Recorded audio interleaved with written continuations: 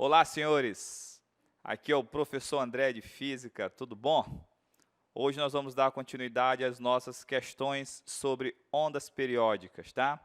5 questões para a gente reforçar aquele conteúdo.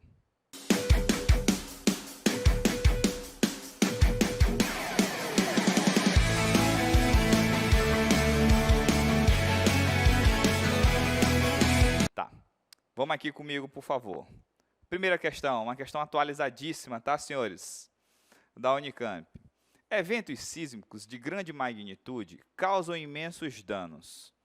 As ondas sísmicas que se originam nesses eventos e que se propagam no interior da Terra são de dois tipos, longitudinais e transversais, viu? Como a gente falou na nossa aula. A figura anterior representa um tipo de contato entre placas que dá origem a ondas sísmicas. Esse tipo de contato ocorre. Então, você vê aqui a cerca, o rio, né? E aqui ele fez aqui essa diferença aqui, mostrando para a gente. Aí, o que ele fala? Esse tipo de contato ocorre na Califórnia, Estados Unidos. E as ondas longitudinais são aquelas que a oscilação se dá na direção de propagação. Nos Andes. E as ondas transversais são aquelas em que a oscilação se dá perpendicular à direção de propagação. Na Califórnia, e as ondas longitudinais são aquelas em que a oscilação se dá perpendicularmente. Tá, o erro da questão vai estar no seguinte, você vai ter que diferenciar o que são ondas longitudinais. E para isso, você vai ter que lembrar daquele conceito que eu falei para vocês no início da nossa aula. O que são ondas longitudinais? São aquelas em que o sentido de propagação coincide com o sentido de vibração. Essas são as características. Então, dê uma olhadinha bem aqui. Na Califórnia, Estados Unidos, e as ondas longitudinais são aquelas em que a oscilação se dá na direção de propagação. Então, essa é a nossa resposta para essa questão que ele está falando aqui dos eventos sísmicos de grande magnitude, tá? Então, a alternativa correta, senhores, aqui para a gente está sendo a alternativa A, em que as ondas oscilam na mesma direção que elas propagam, ok? Vamos mais a parte física aqui da questão para os senhores. Segunda questão. O que seria essa segunda questão? Olha só, ela funciona assim. Uma onda é qualquer perturbação que se propaga em um meio. Ondulatória é a parte da física que estuda esses fenômenos. Nesse âmbito, assinale o que for correto. Item 1, isso aqui é uma questão de soma, tá? Aí você vai analisar os itens e ver a soma das alternativas. Ondas mecânicas não se propagam no vácuo? Tá na nossa aula. As ondas mecânicas, elas precisam de meios materiais para se propagar. Né, para se propagarem. Então, as ondas mecânicas, realmente, elas não se propagam no vácuo. Então, o item 1, ele é verdadeiro, senhores. Item 2, a velocidade de propagação de onda em uma corda depende da densidade linear dessa corda? Sim. Nós vamos falar em cordas vibrantes, que é um assunto futuro, e lá eu vou falar da função de Taylor. Equação de Taylor. E a equação de Taylor diz que a velocidade é raiz quadrada de tração pela densidade linear da corda. Tá? Então, esse é um assunto que eu vou falar mais detalhado para vocês. Mas esse item 2 realmente está certo. A velocidade na corda depende da densidade linear. Esse item ele é correto, senhores. Item 2. Para as ondas de mesma natureza, em cada meio o comprimento de onda é inversamente proporcional. O que foi que a gente falou lá no início do slide? Eu botei um slide com uma seta aumentando a frequência e o outro diminuindo o comprimento de onda. Então, eu citei para os senhores que frequência e comprimento de onda, que eu chamei de lambda, são, sim, grandezas inversamente proporcionais. Lembra que eu falei das ondas de rádio, AM, TV, até chegar nas ondas de raio-x? As ondas de raio-x têm a frequência altíssima, um comprimento de onda bem baixinho, ok? Então, esse item também, ele é correto, senhores. E o item 8, ondas longitudinais não sofrem o fenômeno da polarização? Senhores, o que é polarizar? Polarizar é deixar uma onda em um único sentido de vibração. E detalhe, essa característica ela é apenas das ondas eletromagnéticas, tá? Então, o filtro polarizador, a gente só trabalha com as ondas eletromagnéticas. Nós não trabalhamos com ondas longitudinais. Lembra que a onda longitudinal é aquela em que o sentido de vibração coincide com o sentido de quê? De propagação. Tá? Então, as ondas longitudinais, elas não podem ser polarizadas, né? Nesse caso aqui, não podem, tá? Então, todas as alternativas, elas estão aqui, senhores, elas estão corretas, tá bom? Anotem essas questões aí para vocês. A segunda, questão atualizadíssima, tá, senhores?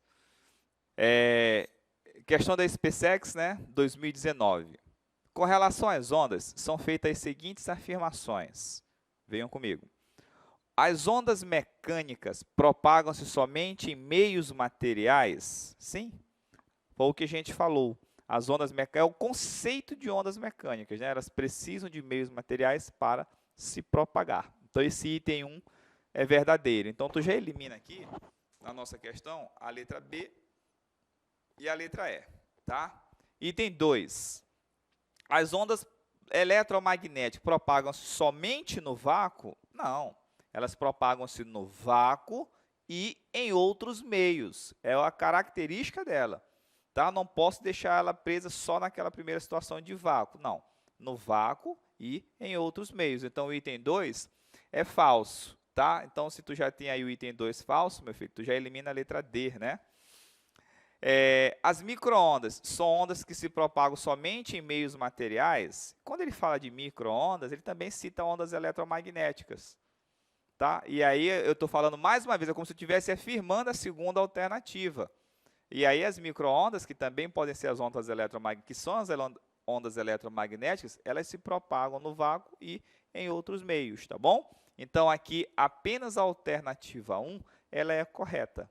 Então, senhores, essa é uma questão tranquila da SpaceX, a nossa alternativa, ela é letra A. Beleza? Aqui a quarta questão. Quarta questão diz o seguinte: uma onda senoidal propaga-se da esquerda para a direita em uma região da direita, em uma corda, e o formato da corda em um determinado instante de tempo é ilustrado no gráfico abaixo. Então, você tem aqui o gráfico, né, de oscilação da onda, você tem aqui esse eixo da vertical, que ele representa a amplitude desta onda, e aqui a propagação da onda, né, no eixo X.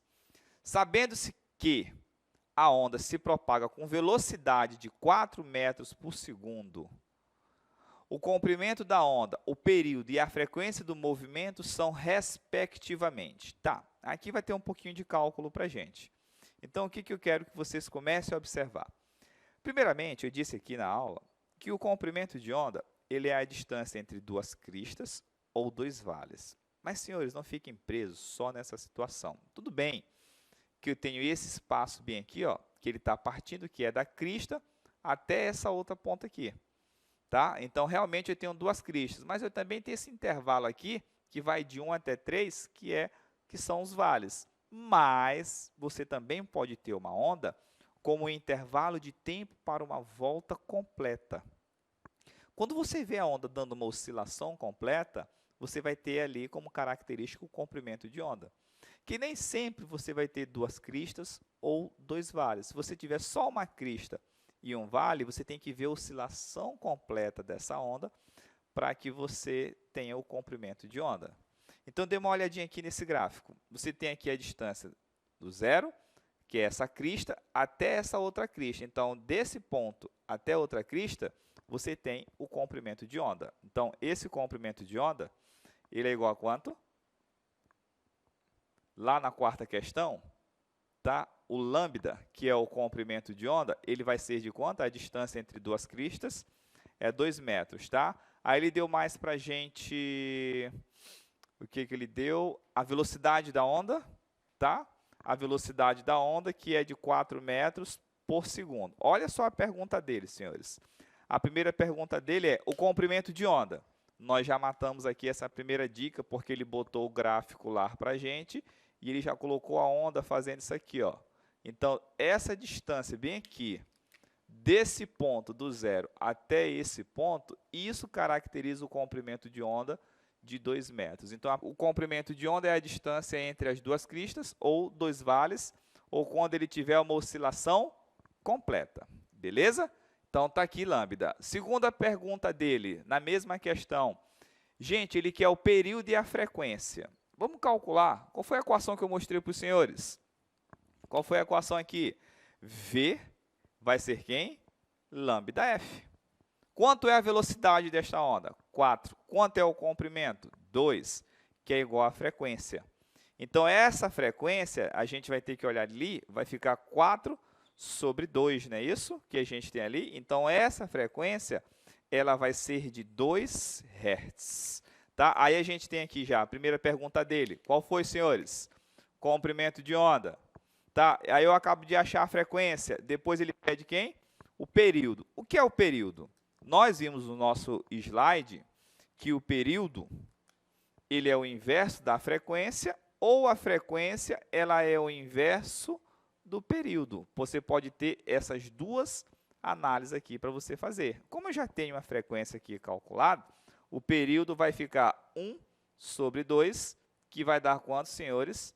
0,5 segundos. Mas não esquece, o que é período? É o intervalo de tempo para ter uma oscilação completa. Então, quando eu saio desse ponto para esse, o comprimento de onda é 2 metros. O comprimento de onda foi para um período de quanto? 0,5 segundos. Fechou? Então, vamos lá. Bora ver nossa alternativa, para ver qual alternativa a gente vai marcar a nossa resposta. Pergunta dele, a primeira. Comprimento de onda, 2 metros. A letra A e a letra B falam 2 metros. Segunda pergunta dele, o período. Tá, quem é o período aqui que ele deu para a gente? Comprimento de onda, o período e a frequência. Frequência, 2 Hz, e o período, 0,5 segundos. A nossa resposta aí, ela vem ser a letra A, senhores. Beleza? Então, vamos lá. A gente vai ver agora a questão de número 5. Senhores, só uma correção aqui para vocês na questão. No seguinte, bem aqui, ó. Como ele pediu velocidade, comprimento de onda, comprimento de onda, período e frequência, só a ordem aqui que mudou um pouquinho, mas vocês dão uma corrigida aí, beleza? Comprimento de onda é 2 metros, o período é 0,5 segundos e a frequência vem ser 2 Hz. Como ele pediu aqui, respectivamente, então isso pode, né? Só um detalhezinho aqui para vocês da questão. Tá, senhores, quinta questão, uma questão bonita, da Unesp, 2020 também. A sensibilidade visual de humanos e animais encontra-se dentro de uma estreita faixa do espectro de radiação eletromagnética, com comprimentos de onda que variam entre 380 nanômetros e 760 nanômetros. É notável que os vegetais também reagem à radiação dentro desse mesmo intervalo, incluindo a fotossíntese e o crescimento fototrópico. A razão para a importância dessa estreita faixa de radiação eletromagnética é o fato de a energia carregada por um fóton ser inversamente proporcional ao comprimento de onda. Assim, os comprimentos de ondas mais longos não carregam energia suficiente em cada fóton para produzir um efeito fotoquímico apreciável. E os mais curtos carregam energia e a quantidade que danifica os materiais orgânicos. Tá bom, vamos lá. A tabela do comprimento de onda de algumas cores do espectro da luz visível, sabendo que a energia carregada por um fóton de frequência é dado por... Turma, olha só, ele já deu a equação da energia do efeito fotoelétrico. Então, o que a gente tem? Em que H é 6,6 vezes 10 a menos 34 joules por segundo, velocidade da luz 3 vezes 10 a oitava, 1 nanômetro, 10 a menos 9 metros. A cor de luz cujos fótons carregam quantidade de energia correspondente a 3,96 vezes 10 a menos 19 joules é... Gente, bora pegar esses dados e colocar bem aqui. C, velocidade da luz, 3 vezes 10 a oitava metros por segundo, constante de Planck, 6,6 vezes 10 a menos 34 joule vezes segundo. Energia do fóton que ele deu para vocês é 3,96 vezes 10 a menos 19 joule. O que você vai ter que encontrar? Se você olhar lá a tabela, você vai ter que encontrar o comprimento de onda. Tá, então você vai ter que trabalhar com esse cara bem aqui. Hoje, na nossa aula, nós vimos que V era lambda vezes F. Só que no lugar de V, eu coloco C para representar a velocidade da luz. Aí, o que você percebe? Eu quero isso.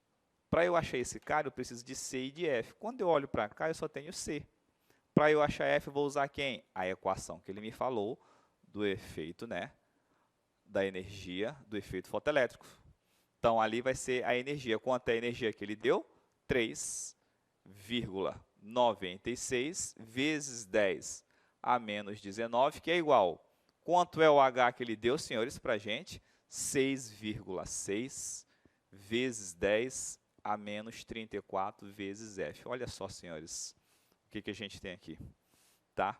Então, olha só. Essa frequência, ela vai ser de quanto? Você joga esse cara para baixo, 3,96 vezes 10 a menos 19, sobre 6,6 vezes 10 a menos 34. E aí, como é que a gente resolve isso aqui? Vamos precisar daqui da minha boa e velha máquina, tá, senhores? Como é que a gente vai fazer aqui? Por favor, me ajudem aí. 3,96 dividido por 6,6, rapidinho aqui para a gente. 0,6 vezes 10. Lá no maternalzinho, como é que ele te ensinou para a gente? Quando esse cara aqui subir, ele sobe com o expoente o quê? Trocado, não é isso? Então, quanto é que vai dar aqui? 34 menos 19. 15, né, senhores? Então, fica isso aqui, ó. 0,6 vezes 10 elevado a 15. Tá? Ah, professor, eu posso deixar assim? Não, isso aqui não é a regra da notação, né? Eu posso tirar desse número aqui, vai ficar quanto para vocês? 6 vezes 10, né? Aqui é 6 vezes 10 a menos 1. Então, aqui vai dar 6 vezes 10 a 14 Hz. Não, essa não é a nossa resposta. Eu achei a frequência para colocar aqui, ó. Então, vai ficar como? 3 vezes 10 oitava, que é igual ao comprimento de onda, vezes a frequência, que é 6 vezes 10 elevado a quem? A 14. Está multiplicando, vem para cá dividindo. Lambda vai ser quanto? 3 vezes 10 a oitava, sobre 6 vezes 10 elevado a 14. 3 dividido por 6, senhores, é 0,5. É um meio, se você simplificar aqui. Então, fica 0,5. Tá 14? Positivo sobe o quê? Negativo. 8 menos 14 dá quanto? 6, né? Então, vai ficar aqui, ó, 10 a menos 6. Aí, você olha lá para as alternativas, aqui na nossa tabela, e vê o seguinte, 450 nanômetros, então ele deu em nano, 450, 495, ele deu um intervalo aqui para a gente ver qual é a cor que se encaixa. Então, dê uma olhadinha aqui comigo, ó. Eu vou ter que fazer o seguinte, ele disse na questão que 1 nanômetro é 10 a menos 9 metros.